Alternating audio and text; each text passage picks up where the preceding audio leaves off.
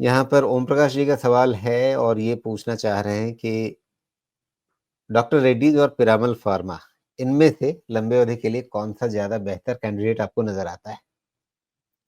ऐसा है कि देखिए अब वैसे फ़ार्मा सेक्टर मुझे ख़राब नहीं लगता है, लेकिन पिरामल का मैंने एक बार देखा था, वैल्यूएशन फिर से देख लेता हूँ क्विकली। हाँ, बाबा ये तो मुझे समझ में नहीं आएगा, पिरामल फ़ार्मा ऐसा क्यों है, क्या है? मेबी टर्नअराउंड के हिसाब से ये चल रहा है। सेल्स अच्छा, ग्रोथ ठीक, सेल्स 584 ग्रोथ खराब नहीं है। इतना भी पीई होता है क्या? नहीं राजीव जी, मुझे लगता है इसका लिस्टिंग कब हुआ है? अलग होके इसका लिस्टिंग लेट हुआ है ना, तो अभी ये टर्न अराउंड हो रही है कंपनी। तो पी पे वैल्यूएशन करना तो मुझे नहीं हाँ, लगता कि मतलब बहुत ये केस सही हो रहेगा। सकता है ना कि मतलब अभी जो पोटेंशियल है उसके मुकाबले बहुत एक छोटा-सा कोई प्रॉफिट फिगर आया हो, उसके चलते ये मतलब बहुत ही एब्नॉर्मल जैसा हमें पीई मल्टीपल दिख रहा है। जी, बिल्कुल। लेकिन फिर भी डिस्पाइट दैट मेरे हिसाब से वैल्यूएशन कम से कम 50% आउट है। तो 25% अच्छा, ग्रोथ को दे दीजिए, अगर 50% आउट भी है और 25% ग्रोथ को दे दीजिए, तब भी 25% का तो वैल्यूएशन आउट है। ओके। क्लोज़ है 250 का, तो ₹50 तो महँगा ये मुझे लगता है और 200 डीए में 190 पे जाके बैठता है। तो कहीं न कहीं वैल्यूएशन का और प्राइस लेवल का दोनों का मैच बैठता तो है।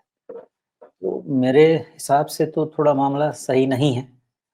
रन भी काफ़ी हो चुका है और 15% के ग्रोथ पे तो ये वैल्यूएशन सस्टेन होना मुश्किल काम है। ईयरली क्या सस्टेन हो रहा है?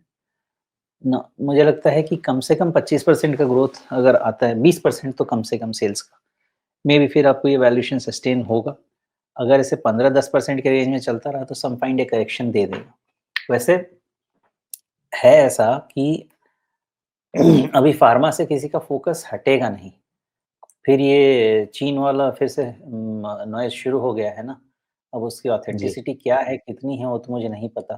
क्योंकि हमारे यहाँ आईएमए ने भी तो अभी बोला है कि वैसा कुछ बहुत ज़्यादा डरने-वरने की बात तो है नहीं, लेकिन फिर भी अब चाइना ऐसी जगह है ना कि वहाँ पता नहीं चलता है कि अंदर में मामला कितना बड़ा है।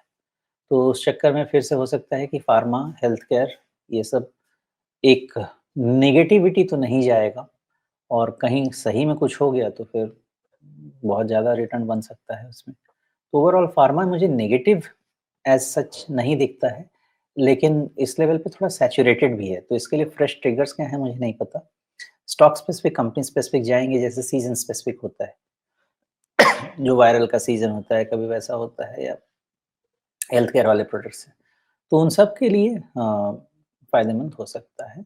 लेकिन इसकी ऑफ तुलना कोर्स में फिर एपीआई प्लेयर्स के लिए भी फ़ायदेमंद हो सकता है। इसकी तुलना में डॉक्टर रेड्डीज़ को देखें तो वहाँ तो आपको एक सेल्स ग्रोथ पैटर्न दिख रहा है। बीच में स्टैग्नेशन था लेकिन वापस ग्रोथ लौटती हुई दिख रही है और इनका मुनाफ़ा जो है अ, वो कहीं पे अटका हुआ है। मतलब सेल्स ग्रोथ लौटनी शुरू हुई है, मुनाफ़ा अभी अटका हुआ है। हुँ, डॉक्टर रेड्डीज़ मॉडरेटली प्राइस है राजेश जी, मुझे लगता नहीं कि डॉक्टर रेड्डीज़ बहुत ज़्यादा एक्सपेंसिव नहीं है, रादर बेटर है, पीरामल से तो बहुत बेटर मुझे लग रहा है बिकॉज़ आपको ये आराम से कंसिस्टेंट 10-15% का सेल्स ग्रोथ देता जाता है, प्रॉफिट ग्रोथ भी अच्छा मिलता ही जाता है, अभी थोड़ा स्टैग्नेटेड है बट प्रॉफिट ग्रोथ भी अच्छा देता है और इतने ग्रोथ पे 21 टाइम्स का वैल्यूएशन बहुत एक्सपेंसिव नहीं है, ज़्यादा से ज़्यादा कह सकते हैं 15% का डाउनसाइड हो सकता है। क्योंकि क्यों हो सकता है? बिकॉज़ ये रन हो चुका है 1170 से आपका 1400 का, तो एक ₹200 का करेक्शन तो हो सकता है। 200 नहीं तो 100 जी। डेढ़ ₹100 का तो करेक्शन हो सकता है 1300 के आस-पास तक। फिर ये ठीक हो जाएगा, तो अभी कोई खराब मतलब सिचुएशन डॉक्टर रेड्डीज़ का नहीं है, लेकिन वैल्यूएशन स्टैंड पॉइंट से ध्यान क्या रखना है कि ₹700 की चीज़ ₹1400 हो गई है, तो एक नॉर्मल टेक्निकल करेक्शन हो सकता है। जी।